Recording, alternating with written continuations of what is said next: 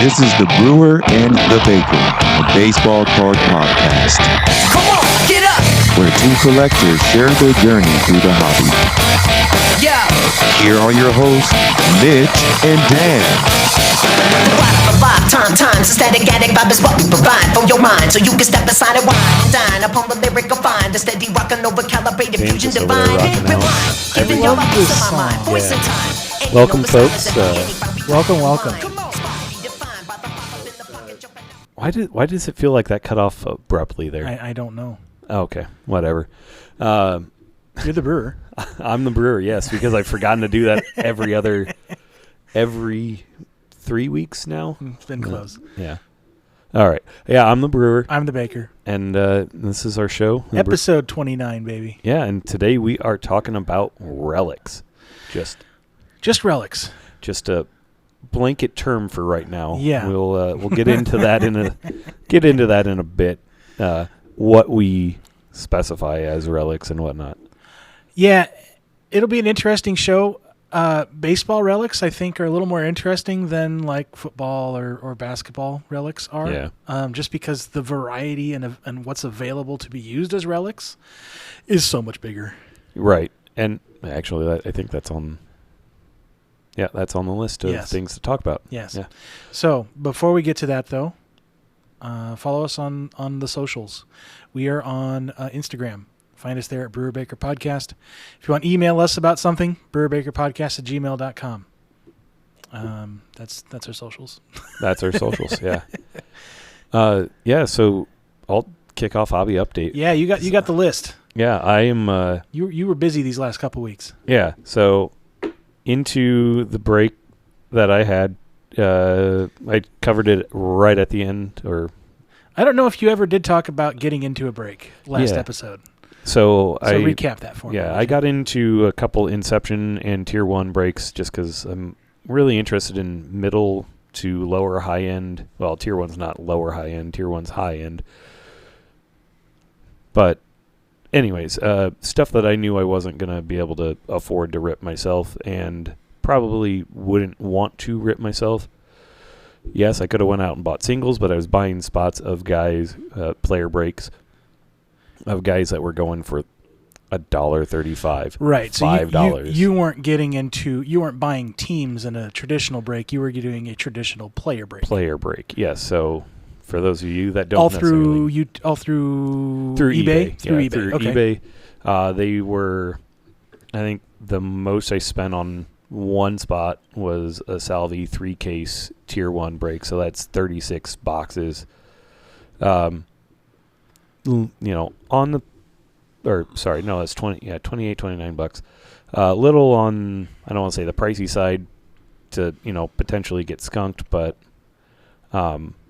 it's still one of those, it was still cheaper than going out and trying to buy a Salvi card out of, even the bases are still going for $8 to $10 for whatever reason. But the Shadow Relic, there was a Shadow Relic that went for $15, and one numbered to 99 that was going for $20, and things of that nature. So, I could have bought some of the lower ones, but hey, that's, I guess, the chance on that. But. So I've never done a break through the eBay. Where is the video of the break at? Most breakers that do it have it a couple different ways, and it's really dependent on the breaker. Sure. For the majority of them, I was going through Bodega Breaks out of New Jersey. They save everything on eBay. You can actually go back and watch their breaks. Oh. And it would actually, because they were always right as I was getting off work, because they were 5 o'clock Eastern. I was driving home normally during that point. So it would send me, hey, watch the video. Here's the recap, or here's the video of it. So I'd be able to watch the video of it. Most of them either have a YouTube, a Twitch, or something else that they're partnering with. Okay. That they're saving videos there. Some of them also do it on Instagram. So they stream multiple places at the same time doing the same break. So there's redundancies there. So you can go back and watch and make sure that you're getting. I'm just thinking about the logistics and how difficult it would be to watch the the chats between five different different streams. Yeah, I mean, there's you would definitely need a team. Yeah, Bodega had two guys as they were doing it. One breaking, and this is what I personally enjoyed about them. They had one person breaking. They had like basically three cameras. There's two cameras, but 3-ish views. So they had the guy breaking. They had the close up. Then they had the front on where you could actually see the person breaking, and then you could see them hand it off to someone to sleeve and top load. And after every single one, you'd sleeve, top load, show it, put it down. Sleeve, top load, put it down. So loads of transparency there, and it kind of eased my anxiety about them, not wanting to get taken for, Then again, I wasn't buying the Bobby spot or the Shohei spot or Right. whatever, so I wasn't super worried about, them not shipping, a John Rave or something. Should we Actually talk about what? give him a call. Oh, Send him a message. Hey, we're talking about you. Maybe, yeah. I mean, I could certainly reach out to him. Yeah. So yeah, sorry to distract. What did you actually get? So I got a 2025 Inception Thomas Sajaci purple on card auto. It's number two, 199. I really like I've always liked Inception. Inception is such a cool set. I like. It doesn't get the on card autos, beautiful design. It doesn't get the respect I think it deserves. Yeah, I would say it's not chrome. That's part of the problem. Yeah, I would say I like it the most out of those style sets because it feels like an art card all while still showcasing the player. One of my show ideas is going through the different sets that Topps and Panini offers and putting them in tiers per se. Yeah. That sounds like a fun idea. Anyway, yeah. Go ahead. What else you got? I also got a mega of Topps Finest, 2026 Topps Finest, hit in Aqua Mini Diamond. Yeah, Aqua Mini Diamond of Young Ho Lee. Just the common, not uncommon or rare. For those of you that don't remember, Mitch declared that he is going after aqua refractors. I'm now an aqua guy. He's an aqua guy, and he got an aqua refractor of one of his favorite players. Yeah, so, hey, there we go. In a break that isn't guaranteed anything like that. Yeah, so there we go. And then the big, it's not big monetary-wise, but it's big in probably leading down a series of things that I'm going to really... Mm-hmm. It's going to take some time. I'm not going to shoot for it super fast, but I purchased the oldest card I have in my collection, which is an 1888 Allen and Ginter N2333, something like that. I can't remember right off the top of my head. But it is it's the World Smokers. It's the Prussian officer of the World Smokers set. Uh-huh. He's smoking a pipe. Yeah. He's got just a glorious mustache. It was the best looking out of the set. Somebody must have been breaking up a collection or breaking up a set or something, because there were 5 of them out there. This was the best looking one, so I decided. Have you looked up how big that set is and see how much is actually? There how many of them are? It's actually listed on the back of the card. So every single one of those, it's decently sized. I don't remember right off the top of my head, but I'd have to say it's in the 50-ish range. So I mean, 20s. Oh, it's both sides. Oh, left and right. Ew, never mind. So yeah, that's why 40 to 50 in there. Yeah, it is. Yeah, that's a decently sized set. Right. That's why I was saying it's not going to be a now sort of thing, and I don't know how often these come up. I think it's more often than you might realize. I'm hoping that way it's not a... The fun part is deciding your lowest level of quality. Of condition. Yeah, I think, I mean, started out with what looks like a very, very nice sample. Yeah, it's good. I mean, it's only going to grade at the max of 4 just because the corners are so shot, and there might be some paper loss or something like that on one side, but the card itself looks great. Yeah, the color is great. crisp. There's no folds. There's no creases. It's great. Yeah. Color looks great. The back looks awesome. Agree. So I will be posting. I've already taken the pictures. I just haven't gotten around to posting that yet. Yeah, so that'll go up here really soon, I'm imagining. Yeah, it'll probably be this evening after we get done. If you're listening now and you haven't seen it, I highly suggest you go to our socials and go through our page and find this, just in case there might be one or two posts before or after it. Yeah. Look it up. It's a really cool looking card. Yeah. And I mean the rest of the set, from what I've seen, it could be slightly problematic. It's obviously of a time. There are, certain cards in the set that might not pass today's. I can't imagine that the Japanese one is going to be very there's a couple that PC. Yeah, there's a couple that are definitely of a time. Probably, the Chinese one probably not going to be very good. Yeah, they're. I mean, I don't know. But honestly, that kind of makes it more fun to me in some ways. I understand how that might get me in trouble, but that is our, as a human race's history. Yeah, I mean, it is a snapshot in time and how. Yeah. Just as baseball cards are in general, it's a snapshot. I mean, you look at cards from the 70s and look at all the mustaches and the sideburns and the. I mean, that's one of the great things about cards. They're snapshots of the time period that they were made in. Mm-hmm. And this is no different. And honestly, some of the Ginter stuff really does treat some of their subjects with some respect. Yeah.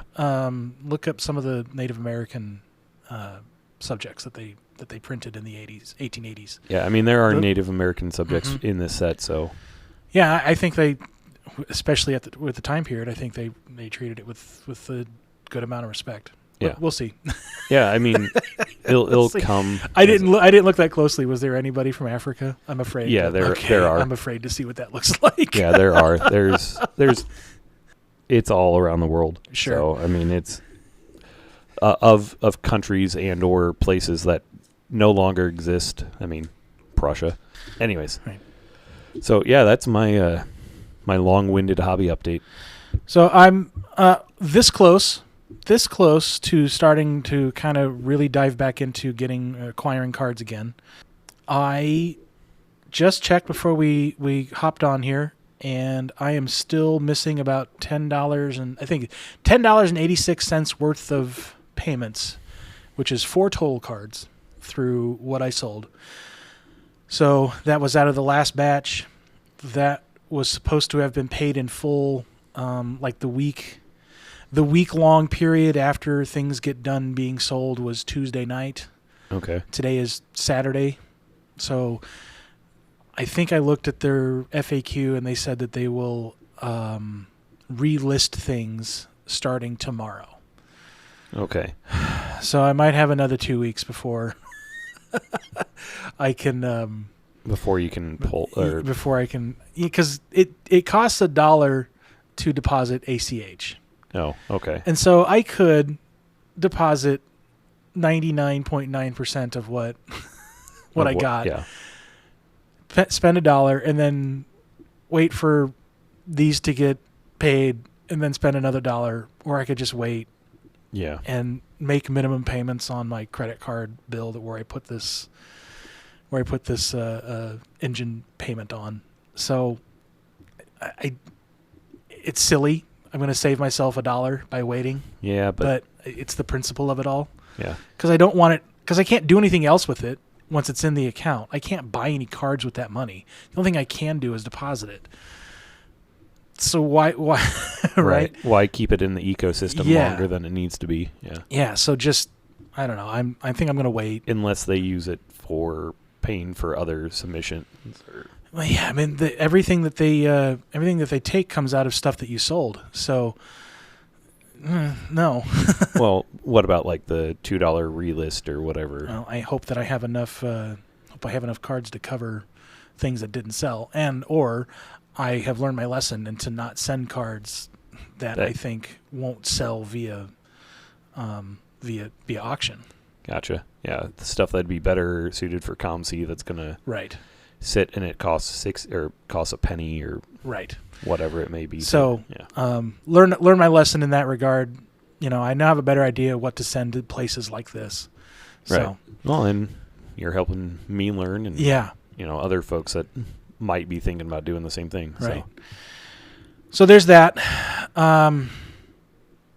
So I told you last time that I was thinking about making a big splashy purchase when I finally kind of jumped back in. The supply of those has run dry pretty much. Yeah. The cards that I'm looking for. Okay. At least on eBay they have.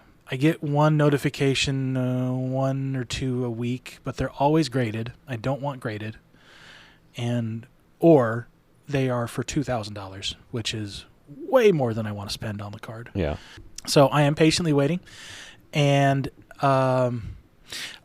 we have some show friends, Chad and Ricky, and Chad and Ricky are going to the West Coast Card Show this summer. There's a group, Boston Steve and Wax Museum Kyle and a few others are going to the Dallas Card Show. Yeah. I think it's next weekend. I may put the word out that you're say, I'm looking for this card, and if you can get it for this price, I will. Yeah, I will make it right. Yeah, that's kind of where I'm at with that. Have you set up gosh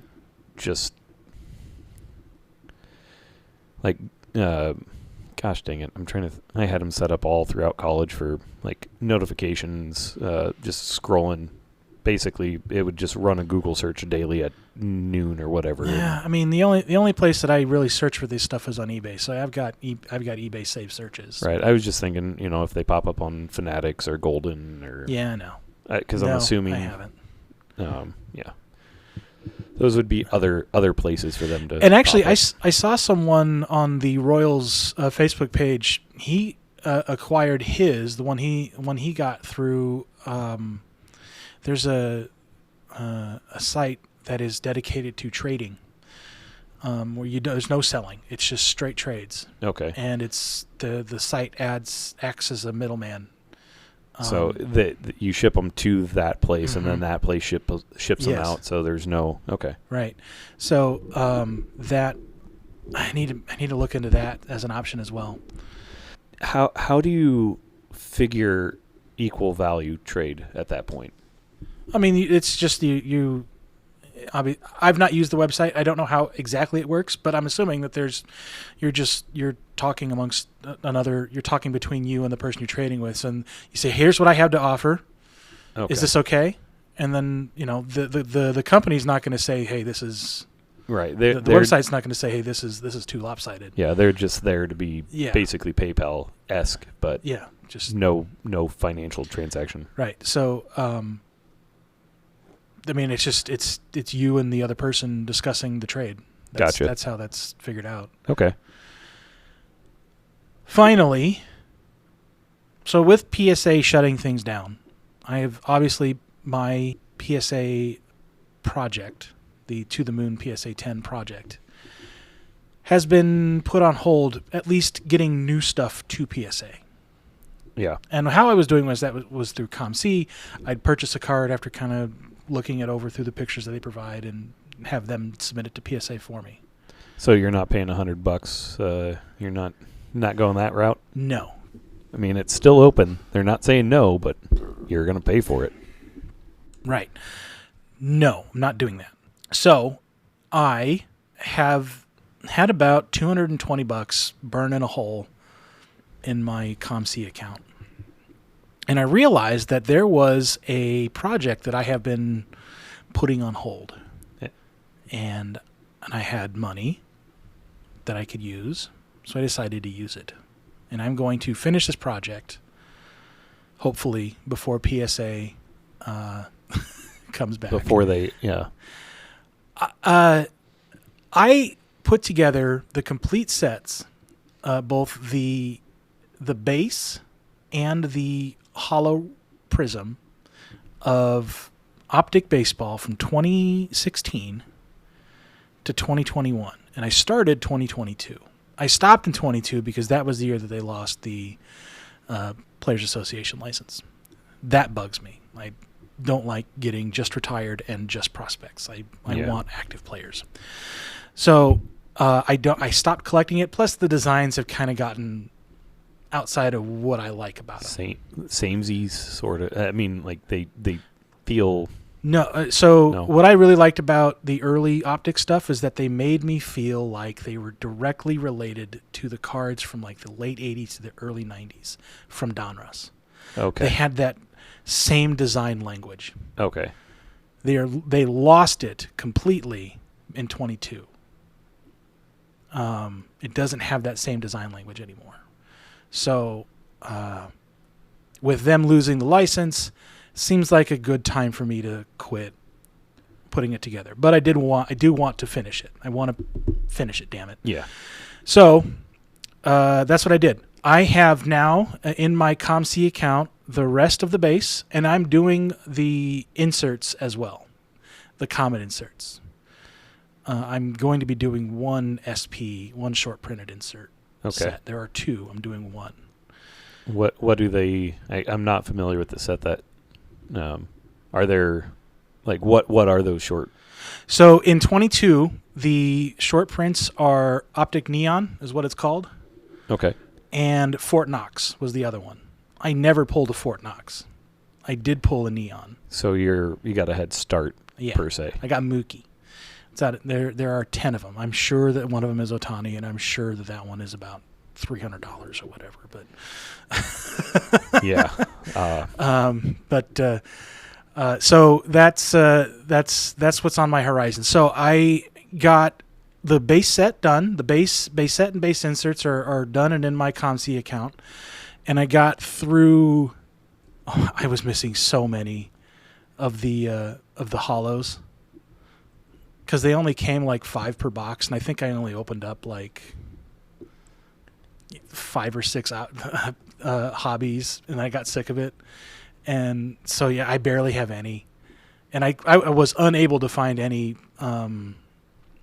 retail stuff that year, just because it was Wander and it was Bobby and J-Rod, Cal Raleigh, which is kind of a late addition to that, but yeah.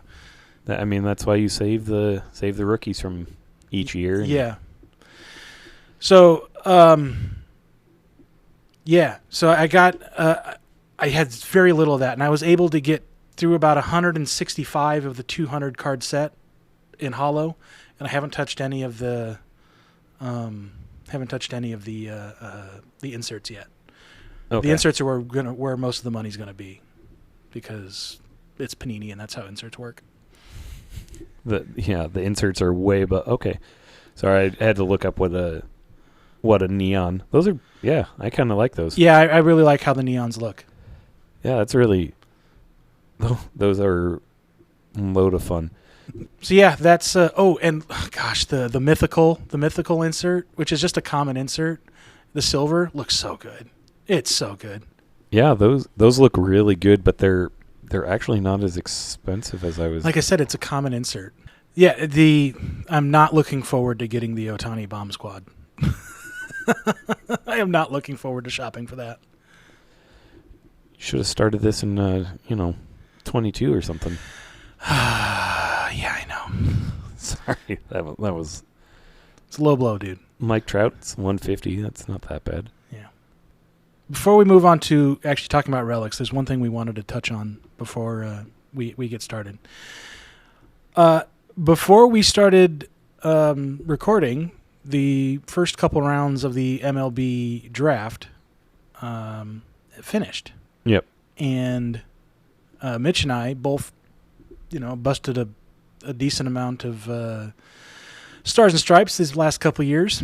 And so I went through and he went through our stuff and I picked out the top 30 because that's technically the first round, though it's weird this year, but yeah, I just 30 players. That's the first round. I'm cutting it off there.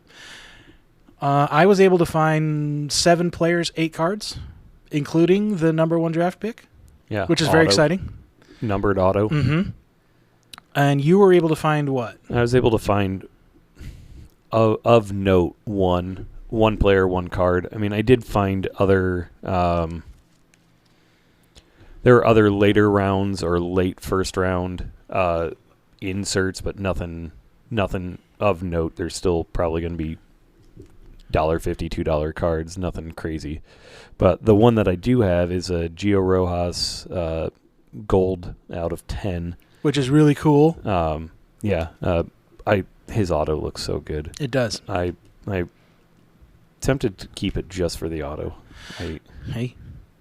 But right now I could buy other things. I would imagine in the future you'll be able to find more. You'll be able to find his autograph on card for less than what you'll pay for that or sell for that for. I know. So. But I've only got $25 into it. This is true. I have the Rock Cholosky, which is the number 1 pick. Mine is the red disco, which means they're little donut. There's little donuts in there, little small little guys. Mine's out of 25. The Von Lackey Mojo, it's a Mojo insert. It's not autographed, but it is out of 25. He was the 3rd pick. For the number 10 pick, I have Tyler Bell. I have 2 Jared Grindlingers. That's a fun name to say. One of them is numbered out of 25, and the other one is not numbered, but it is a green parallel. Jacob Lombard, number 14 overall. That one's not numbered. I do also have a Gio Rojas. Mine is out of 99, and he was the 16th pick, and the 29th pick, Carson Boleman, not exactly sure. Yeah. Just speaking baseball specifically, I am not a fan of the how the Royals picked up did their draft. They got a guy that was not considered to be a top 30 first round pick. Yeah, he's going to need some work in the sixth spot. I did not look at who they picked at number 30. I did not have either of their cards, so So I'm not super excited about that, and I hope I'm wrong. Yeah, it was a right-hand pitcher at 30 or 31, whatever it was. I'm not super. I mean, I think they went the right direction with positions that they chose, but I don't know if the player pick was right. Right. So that's my talk in baseball. Yeah, and that's not what we talk. I'm kidding.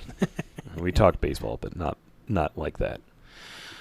So that was a very long first segment, and when we come back, I'm sure we'll be able to trim some of it. We'll start talking about relics. So hold on to your horses for a sec. Ain't gonna stop. Hey yo, D, what up? We gotta drop.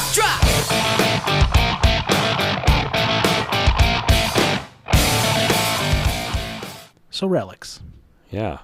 What is a relic? What do you define? All right, so I'm not going to go into the history of relics because we've talked about it a couple times in other episodes. Yeah, I mean, I think other than the 500 home run club set that they did from like 99 to basically whenever they had to stop making baseball cards licensed. So I'm not going to go over all that. Yeah. What we're talking about is types of relics. I don't think we're going to rank them. No, I mean, but you guys can. Yeah, I'll let you do that. But I just wanted to talk about the types and what's available out there, how to find them, maybe not how to find them, but like what sets they're in, because Panini does stuff that Topps doesn't. Mm-hmm. Topps does stuff that Panini doesn't. So, and then if I have any cards of note in my collection, I will mention them. When we first started talking about it, it was more educational in history. Here's a long-winded side of it. And then we got talking the other night, and I started going on rants about stuff, and which we will do here. Yeah, I started going on rants about stuff, and then it just became let's have a little bit more fun and keep it not lighthearted, but keep it entertaining per se versus a history lesson. I mean, sure. Don't get me wrong. I like the history. I want to know more about where things came from or why things are done a certain way. But I think talking about it in definition, but then also some color commentary with it. Sure. First, as I mentioned at the beginning of the episode, it just feels like there are more options for relic diversity in baseball than there are in most other sports. A lot more equipment used. I mean, tons more equipment used in baseball. Whether the player's wearing it or using it, you know what I mean? Yeah, I mean, World Cup game going on right now. There's only about 3 things that you can make. Well, the kit, the jersey, the shorts, the socks, shoes, ball. I mean, net. Topps is getting better at making more ball and net relics. Right, and the net. Like that's there's just not. Maybe some blades of grass or something. In basketball, you have jerseys, hardwood. Yeah, the floor, shoes. Yeah. I don't think I've seen a net relic. Maybe they're out there. They're out there. I know I've seen them in hockey. Right. There's just a lot more to pull from in the game of baseball, so that's what we're going to talk about here.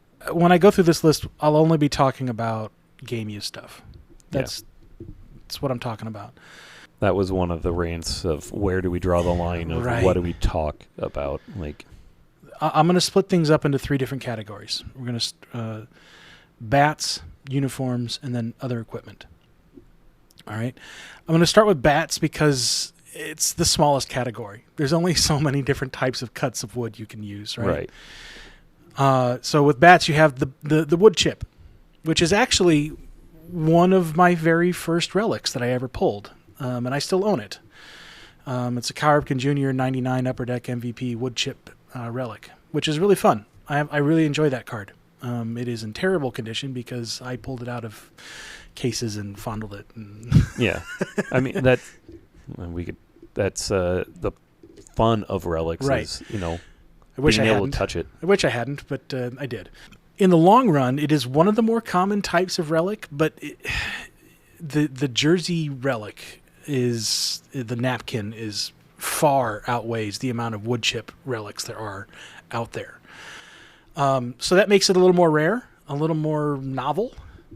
So I don't want to say that they are a huge premium in price over a jersey relic, but there's a little bit of a premium just because the novelty of it is different.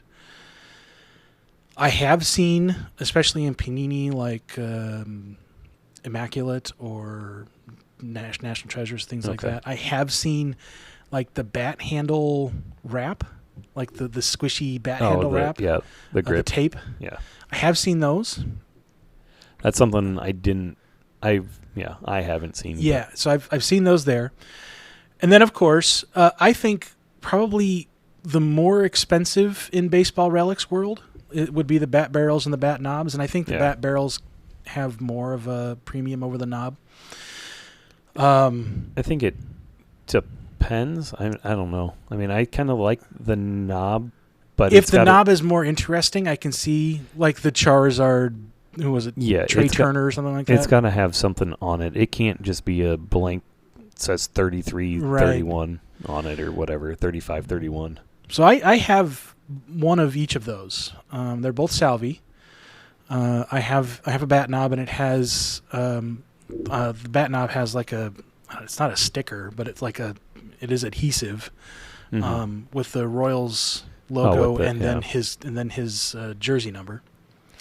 So it identifies it as his bat. Yeah. And then I also have a bat barrel. That one, so the knob is out of Tier 1, which is generally where bat knobs in Topps World come out of. Mm-hmm.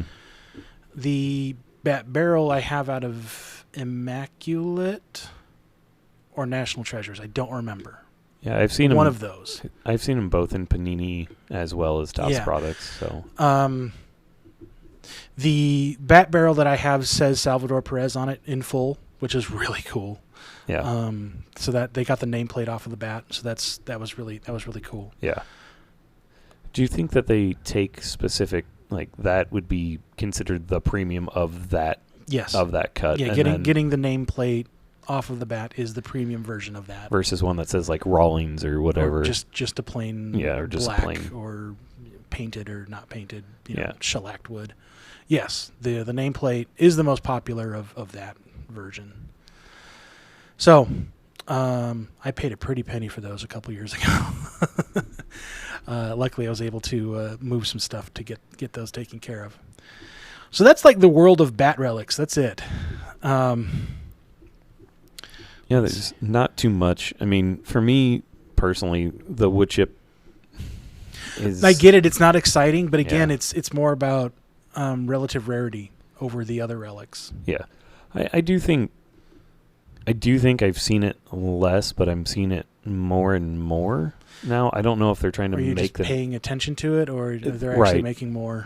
I wouldn't be able to tell. I feel like I see it more out of Heritage than I see it out of not any other product, because I mean, A&G has it, has a decent amount of bat.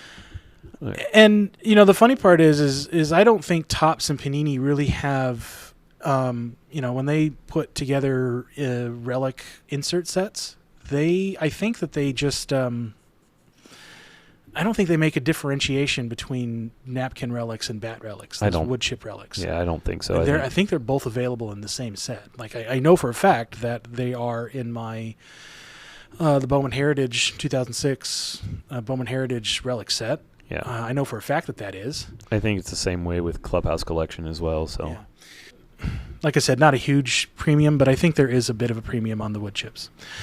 So, moving on to uniforms, which is the most common.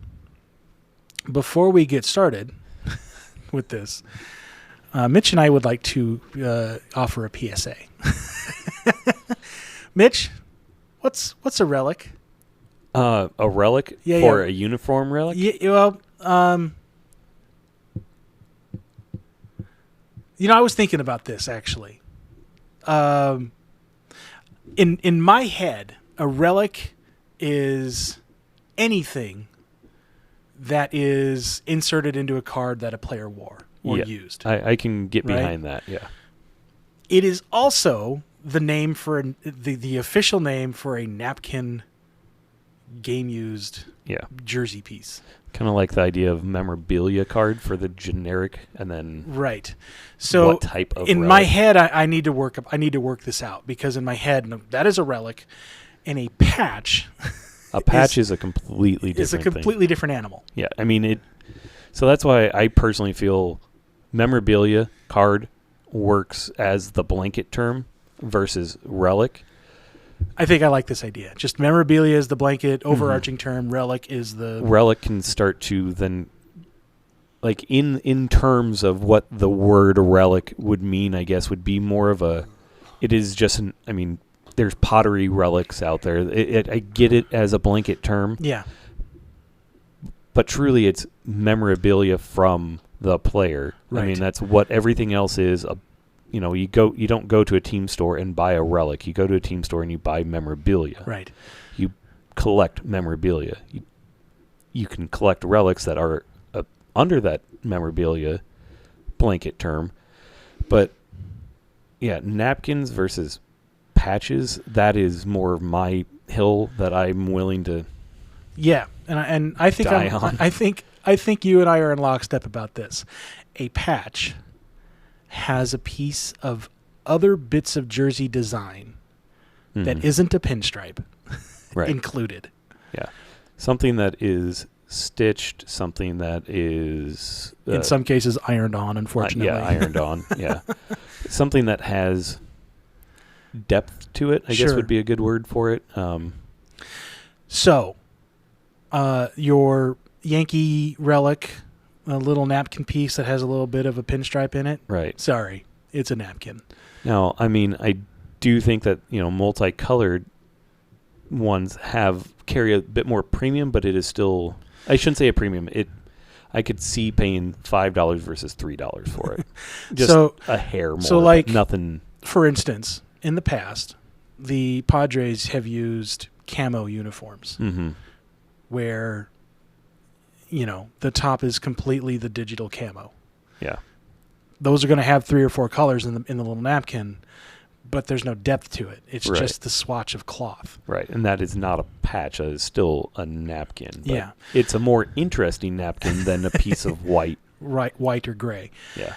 So, that is our definition. It rubs me the wrong way when I hear breakers or Oh, that's an RPA, and it's a napkin. when I hear them say, "Oh, this is a really nice patch," when it's just I'm sure it's Otani, but it's just a white jersey. Like, it doesn't count. I'm sorry, it's a relic. Yeah. So now that we've gotten off our soapbox, let's talk about it. Yeah. So when it comes to jerseys, you have the jersey. Most of the napkin napkin pieces, or what you would call a napkin. Come from the pants, usually in the world of baseball. Some of them come from the jersey itself because there's big, wide open white spaces in the jerseys as well, but mostly from the pants. Well, and I guess backing up a little bit, we mean napkin not as a derogatory, but like a little derogatory. Yeah, it's a little derogatory, but a way to really differentiate. Yeah, differentiate it. And what we mean by that is just like we've said, one color, one flat piece of cloth. Looked like you just picked it up off of. Right. Yeah. So in the world of patches, there's a hierarchy. The trim patch is kind of the lowest level, and when I say trim, on some uniforms, the pants, there's that little bit of that bit of cloth that's like a stitched, seam or stitched on the side. So that piece of trim, or the cuff of the jersey shirt, or the collar. The collar. So yeah, those are multicolor usually. They do hold more interest, but they're kind of the low end of the patch. Then you got the logo patch, and of course there are subcategories of that. You have the bit that's on the front of the jersey, which is going to say, I don't know, Kansas City Royals or Giants or whatever, right? And then you have like the little like jersey, the team logo patch that's on the arm and the shoulder. Yeah. Those hold interesting patterns and things like that. Yeah, I think I've seen quite a few of those. Maybe, like you said, maybe I'm just paying more attention to them, but I'm seeing a lot of the Royals ones coming up where you can actually see, parts of the crown, the curl, on the R or the yes. You know what I'm trying to say. They are getting better at putting interesting versions of relics into cards. Yeah. And then there's like the number patch. So obviously you have the number on the back, and then some jerseys have the number on the front. One of my favorite cards in my collection is a number patch card. It is my 2016 National Treasures Eric Hosmer auto patch. And I will get into why that is one of my favorite cards in my collection when I get done kind of going through all these uniform stuff. So if it's a 1 and it's just a straight edge, what is the way to differentiate that from the straight of the L or the R? Or I mean, you really just got to know the design of the jersey that it came from. For the most part, if it's a logo script, there's going to be no straight lines anywhere. It's going to be loopy. It just depends on the jersey. Yeah. So I mean, yeah, like I was thinking Pirates too. Like there's a lot of straight lines, right, unless they're, using the italic font. So yeah, you just gotta know the uniform. I mean, that's it. Yeah. So after that, you have the nameplate patch, and there's a very popular set that Topps puts out in flagship every year, which is the nameplate 1/1 relics. Those are all game used. In the name of. Yeah. So what they do is they take one letter from the last name that's on the back of the jersey and then plug it into a card, and that card is the 1/1. So even if you have, say, a Sinsu Chu, I was thinking, which there are 4 O's. I was thinking Newt Bar. Each one of those O's is a 1/1 technically. Yeah, Pete Crow. And I mentioned Armstrong, Sinsu Chu specifically because I actually pulled a Sinsu Chu in the name one when I was living in Denver in 2019. It was an old stock jumbo. It was the C. So I didn't even get the O. So yeah, that was cool. So there's that, but there's also, they do cut up the name itself, so there'll be pieces of the name in some cases. Yeah. So obviously the 1/1 that spells out the name, those are far more popular, just because it's novel. You can spell anything you want with those as long as you don't mind matching different sets and colors and things like that. So that's always fun. There's the Logo Man, which is the MLB logo, right? Yep. The Majestic / Nike logo, depending on the year that it was produced.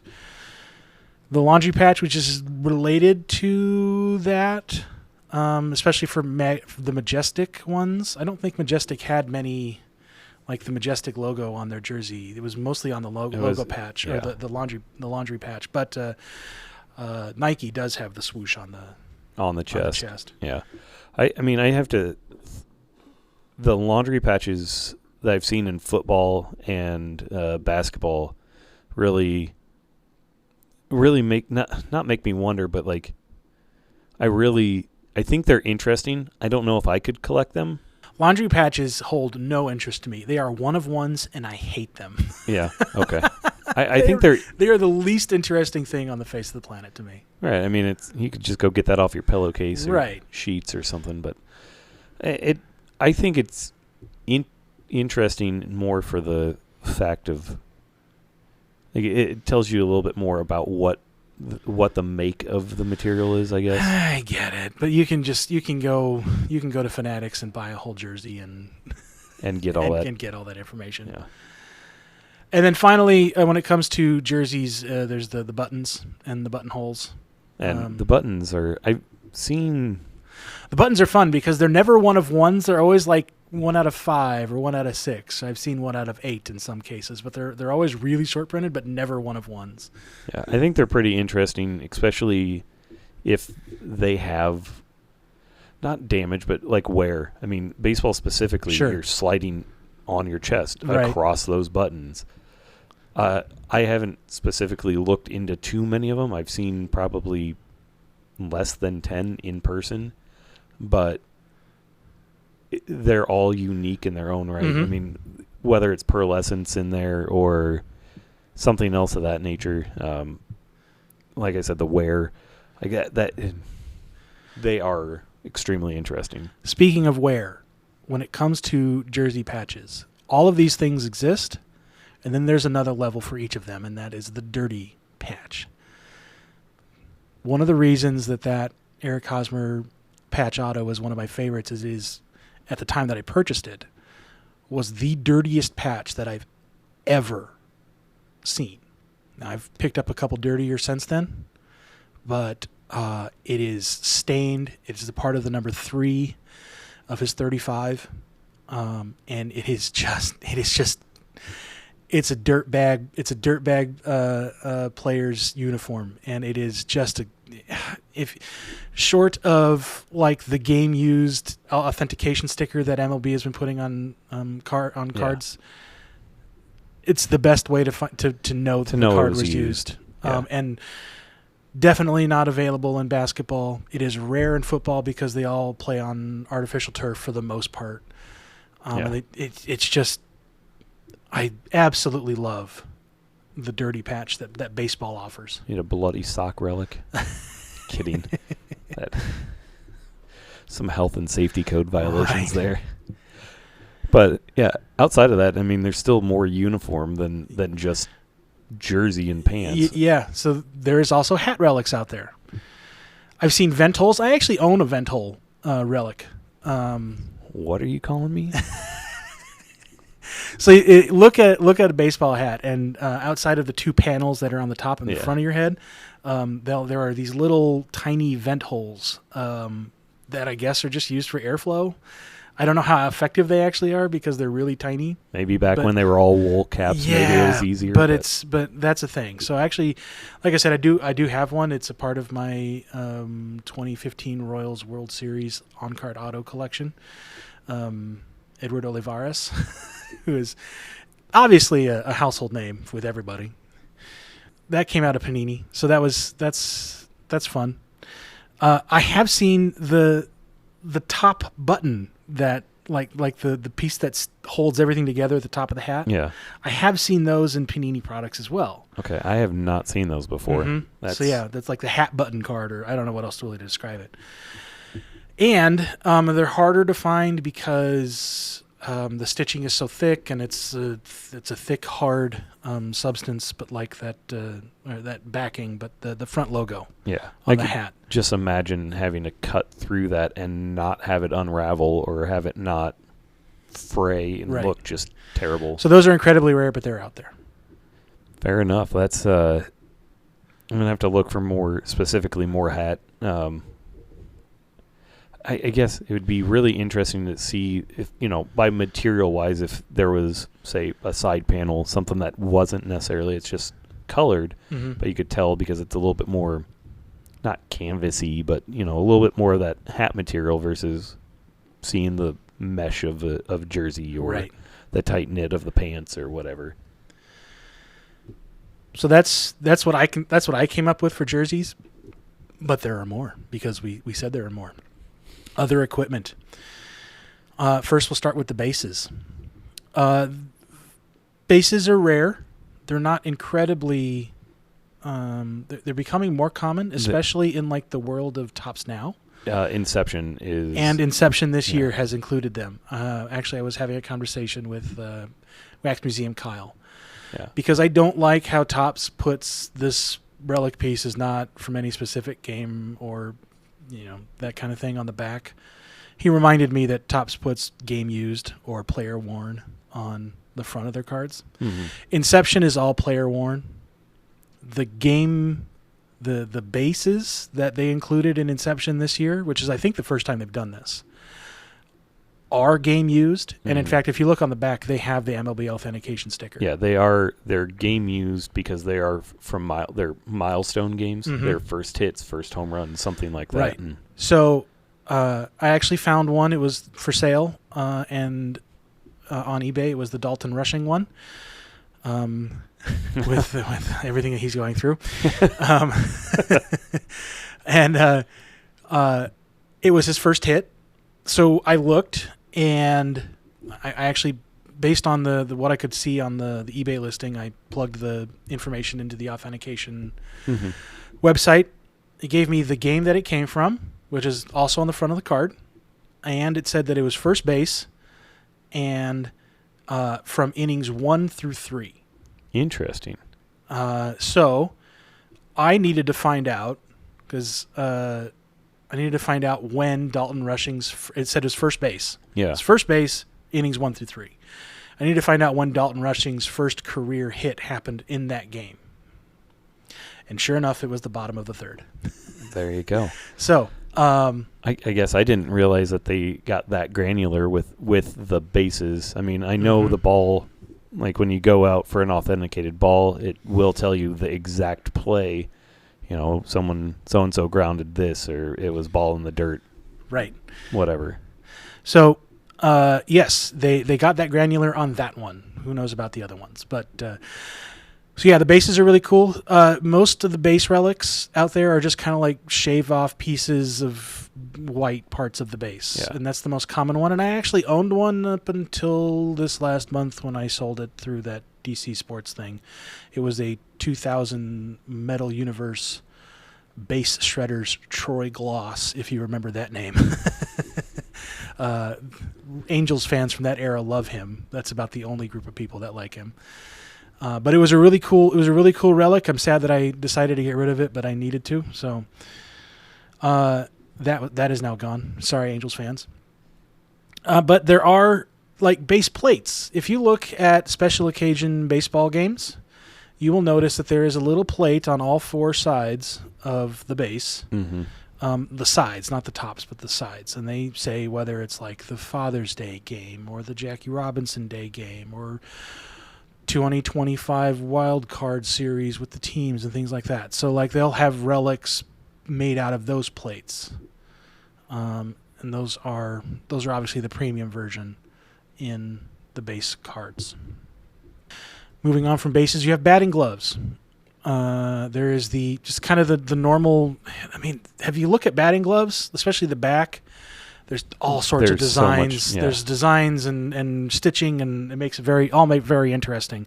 So they're all batting glove relics are all very. Even if you have like the palm, which is all one color, it's usually dirty as all hell, Right. full of pine tar and things like that. So all of those are really interesting. But I actually have one batting glove relic. It's the strap.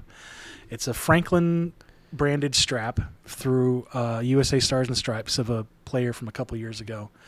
I was gonna ask, like, I haven't heard of Franklin as an equipment supplier in years. Yeah, I know. they're still kicking out there. Okay. So yeah, it's a really cool relic card. I don't know if I'll ever get rid of it just because of the novelty of it. Yeah. It's really cool. It's a guy. He's in the minors right now. I don't know if he'll ever make it up, but I've got one of the two of those made, and every once in a while I do a search to find it and see if I can't find the second one. I guess I never thought of having multiple of that, basically putting a pair together. I mean, I've seen, like, in hockey, somebody front logo. I know this is different, but putting together the full front logo out of all of the Ottawa Senators one, that picture floating around all the time. That, yeah. I think someone's done it with Minnesota Wild one once. Anyways, I never really thought about that with the batting gloves though, but like being able to have the wrist straps from both. That's the batting gloves. Fielding gloves. Those relics are out there. They're really rare. Gloves are really expensive these days, and players don't like to part with them. Like they're used for an entire season, and then Right, and the difference is bases get changed out all the time, balls Right. get changed out all the time, bats get changed out quite often. and obviously the uniforms. But yeah, fielding gloves, players use them all year, sometimes more than 1 year in a row, depending on what condition that they're in. Yeah. So they don't like giving those up. It's harder to find those, but they are in fact out there. Have you seen anything with like sliders, like sliding gloves, or? Well, that's going to be on the list. I have not seen those yet. Okay. The base mitten gloves, the base running mittens. Okay. I've not seen those yet. That doesn't mean they're not out there. I did do a search for them. I didn't find anything. That doesn't mean I see it down there now. Yeah, that doesn't mean they're not out there. Yeah, I mean, I would not be surprised if they are. Yeah, but I they're haven't just seen them less yet. obvious. Yeah. Or yeah. So the fielding gloves are so rare. I don't know of any like subcategories beneath the fielding glove. Yeah, it's strapping, lacing. Yeah, I Yeah. don't know what is available. I've seen one or two. Just I don't search for them. That's part of the problem. But I've only ever seen like one or two. And I can imagine those carrying quite the premium. Yeah, especially for defensively minded superstars. Mm-hmm. For cleats, there's actually quite a bit. You have the laces from the cleats, which is more of a Panini thing than it is a Topps thing. Yeah, I don't know if I've ever seen that, but I could imagine it. Yeah, so like the Nike swoosh on the side of the cleat, I've seen those. Yeah. That front part where the toes are, like the big flat front part. Sometimes those have interesting designs on them because it's a Players weekend or something that they're allowed to decorate. That kind of thing. So those are fun. There's also like the heel logo, the bit that's on the heel of the shoe where the company New Balance logo is. or whatever. Yeah. And the more fun one is the sole with the spikes. Now, Topps made a big deal of this when they included it, and I think it was in Definitive a couple years ago. Panini had done it for 2 or 3 years before that in their big money products like National Treasures and Flawless and things like that, and they are all like 6 inches tall. They're they're big, not 6 inches, but they're like 3 or 4 inches tall. Yeah, big, thick. They're like they're more shadow box than card. Yeah, I could see that. So those are always fun. I don't know if I could actually consider them cards. They have everything about them is card like, except they are 3 inches tall. I mean, maybe brick of paper. Maybe that's why memorabilia fits better than. Yeah. Then it's more of a blanket. Yeah, but so yeah, those were a big deal when Topps finally put those out. But like I said, Panini had been doing that for a while beforehand. It's coming more and more regular as tinfoil hat here, but I want to say that it's companies paying for it too. You know. Oh yeah, game used shoes are not cheap. Yeah, like especially from Aaron Judge or whatever. Yeah, New Balance coming out for Otani and saying, "Hey, wear these, 2 games or whatever, and then you know, we're going to specifically send them to Topps for this sort of thing." Right. But that's just, yeah. Socks. Those are a thing. I've only ever seen like the legs. Yeah. I don't think I want anything to do with the heel or the sole or the toes. I've only ever seen like the legs because those have the more interesting designs anyway. Yeah, I've seen the leg portion, specifically like a stirrup style. I've seen those, and I've seen just some kind of weird designs. There's before Gypsy Queen was canned. Yeah, they did have a set of those MLB authenticated cards, and they were all socks. They were game-worn socks. Okay. And in that particular set, which is, I think, interesting. That had to have been prior to, well, I guess them losing the license. I'm just trying to think how authentication works. Gypsy outside. Queen? That's a Topps Oh, product. Topps. Sorry, for some reason I had Panini never had the ability to do because they didn't work with MLB. It was only the Players Association. Okay. So, sorry, I don't know where. It's okay. It's okay. As for the baseball itself, there's there are different levels here, right? Mm-hmm. So there's the random parts of the baseball leather. Then there's bits with the stitching, and then like the most important one is the one with like the logos on it. Yeah, the printing and the printing on it. So I have seen out of Topps Dynasty a Salvi. It's like 2016 and 2017 game used World Series ball. Those were one of ones, and they had the World Series logo from 2015 on it. Okay. Can I mention that it bugs the hell out of me that Topps' high-end products don't have the authentication sticker on them? Yeah, you would think that everything at that level would just automatically have it. Yes. Yeah. I mean, it's the same idea as sticker 101s, but that bugs me. It's fair. But it's understandable. But yeah, so that would be like the pinnacle of the ball relic would be with the logo of what game it came from.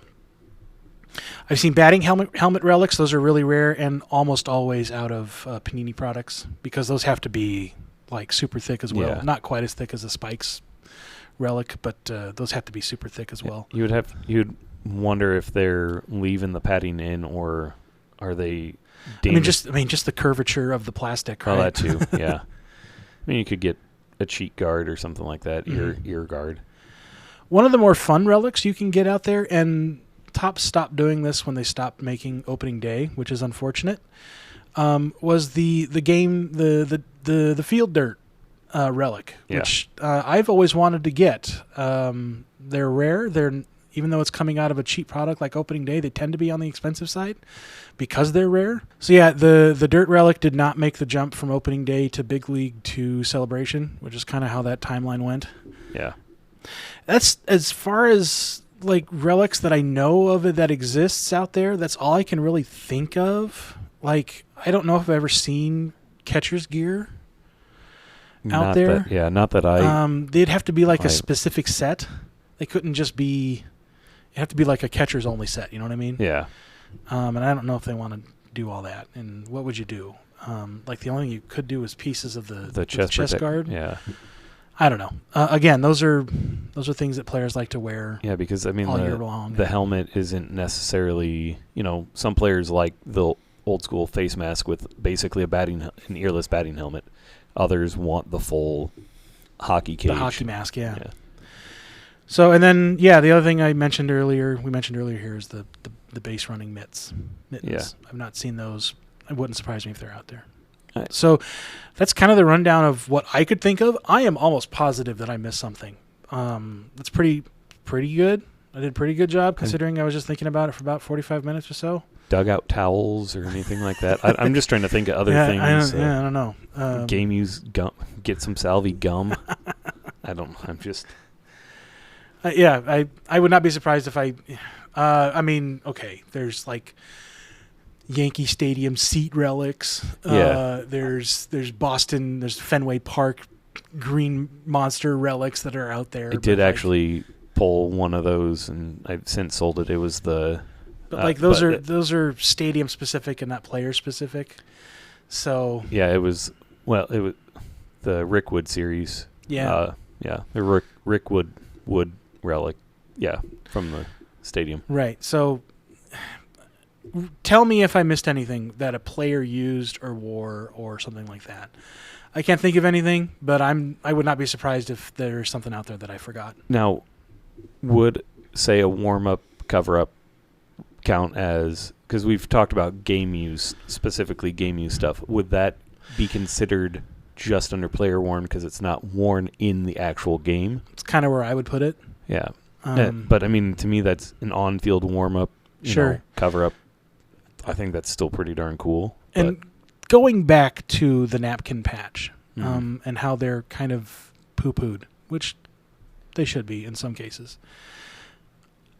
I don't think they should be completely disregarded. I do actually own 2 complete sets of napkin relics. One, obviously, the Bowman Heritage. Also, the 2012 update All-Star Game relic set. Yep. Because that was held in Kansas City. So it was the best chance that I could get finding, say, Mike Trout in a Royals uniform. Yeah. So that was actually kind of a fun one to put together. The most expensive card out of that was the Bryce Harper. That was his rookie year, and he was an All-Star that year. So that was a big deal, that particular card. That's a fun. And I did not get the numbered version. I just got the regular base normal version. So yeah, there's fun in collecting complete sets like that. Yeah. Finding them, because they didn't make a ton of them all. Something we didn't talk about with napkins is City Connects. That's something that I really find cool about, like, because it is it's an alternative. Right. It's a third basically, and those don't. I mean, they're wearing them more and more, so there's more options, but they're still much rarer than the others. Yeah, because they only wear them Friday or Saturdays, unless you're Boston, in which case all of your home games are in the green. Yeah, I was gonna say or the old yellows. They decided this year that all of their home games are going to be in the green. Then in the monster green. Yeah. The yellow is one that I have, and then not a San Diego. Who was it? Anyways, it was a dark blue for a team that doesn't normally wear dark blue. Detroit, Motor City Kitties. Whatever. You want to do Sam's question? It's been a while. It's been a while. I know we're running long, but I'm sure we'll be able to trim it down. Yeah. So when we come back, we will do Sam's question of the day.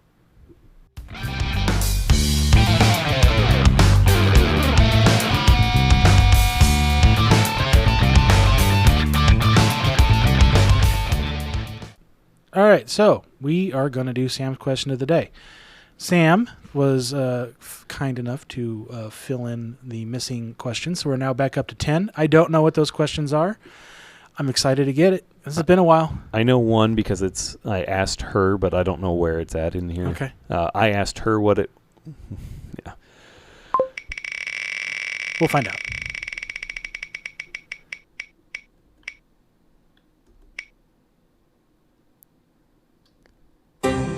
And 6. Gosh, I was holding my breath. I was like, and let's hide that choice first, and then 6, so I don't forget to do that. All right. Favorite sports-related movie and why? Ooh, that's a good question. There are so many good ones. For a very long time, I would have immediately said Field of Dreams. Okay. And it's still up there. Very good movie. Makes me cry. I did see I did see a meme someone posted recently regarding that, where the scene where Moonlight Graham steps over the foul line and turns back into the doctor to save the kid, save Consilla's kid after choking on a hot dog, right? Yeah. Says it has a picture of him with that smile that he gives him right before he walks back off into the cornfield to go away. And it says something like, "Oh, don't worry about it. It was just my lifelong dream to play baseball, and I finally had it in my grasp. But your goddamn kid choked on a fucking hot dog, so I can never go back and be a kid again. No big deal." All right. I thought that was hilarious. So that would have been your initial, but now has that changed or? It has, and I'm gonna go to a kids movie. Okay. And I'm gonna piss off, I think, a lot of people when I say this because it's so. In my head, there was like a trio of baseball movies that came out in the '90s of kids baseball movies, right? Angels in the Outfield, Little Big League, and the Cubs one. What's the Cubs one? Rookie of the Year. Rookie of the Year. 95% of people my age will say Rookie of the Year is the better movie. Mm-hmm. They're wrong. They're all wrong because the better movie is Little Big League. That's fair. It has the people to play the Twins actually know how to play baseball. They look like they are athletes. They're not just actors who are acting like they're being athletes. That's fair. They got actual MLB players to be in the movie. They somehow made Ken Griffey Jr. a bad guy. There's porn magazine jokes in the movie. Yeah, there's just porn movie jokes in the movie. Was Hideki Matsui there? No. Sorry. But that movie is my favorite baseball movie of all time. And I think it's probably my favorite sports movie. There's some really good ones out there. Little Big League. Okay. That gave me some time to think because my initial reaction is, and I think this is why she partially put this on there, I typically do not like sports movies. I've not watched Field of Dreams all the way through. You're going to hate me for that, I know. I do hate you. Yeah. I don't think I've watched Miracle all the way through. I don't know if I've watched Radio all the way through. I don't know. I just generally get bored, or I just anything that has a super, super awkward situation, I do get that secondhand. Yeah, I don't like fish out of water movies, which is what I refer to those as. Yeah. I mean, Miracle is... So like George of the Jungle, I freaking hate. Yeah. Miracle is one that I would have to say for Sam, it'd probably be that or Sandlot. She watched Sandlot the other day.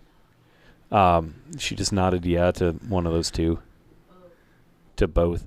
I think, though, going on, you start talking about 90s baseball movies, kids baseball movies. I don't watch it all the time, but I think I have to say Major League. It just... That is not a kid's movie. No. I know it's not a kid's movie. I'm just saying that it reminded me in that era. Just so we're clear. Yeah, it's not a kid's movie, but in that kind of era, and holy cow, just some of the growing up and not getting a lot of the jokes, but hearing them, and then going back and rewatching it, some of just the clubhouse dynamics, player dynamics, it just, I think that might have to be the highest on my list of movies that I don't watch that often, but. Yesterday we won the game. If we win today, that'll be 2 in a row. We win tomorrow, that's what's called a winning streak. It has happened before.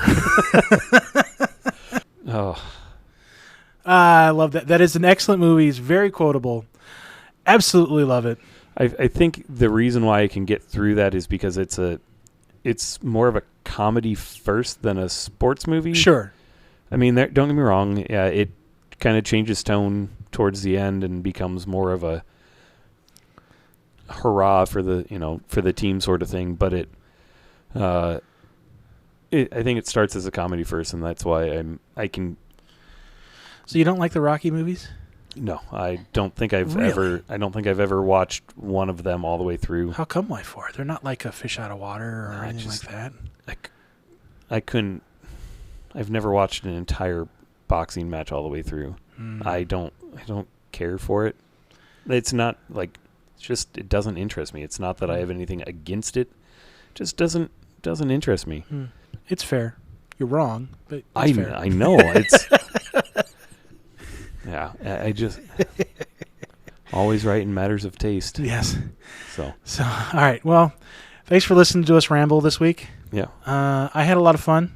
Yeah. Coming up with everything was actually kind of difficult. It's like, all right, we got hats. There are hats. Yeah, there's hat stuff.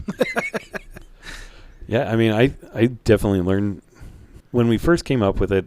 Yeah, like I said, I kind of went on the rant about I don't want to just talk about napkins and then you started listing things, and that's where really where this list show came from. Yeah.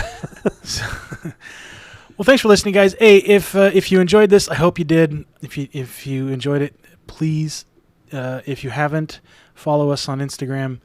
If you have, help us spread the word. Share the show with others. Thanks for listening, guys. Yeah, rate and subscribe and all that kind of stuff. Yeah. We're bad at call to action. Yes. But yes, thank you for listening. I'm the brewer. I'm the baker. Have a nice one.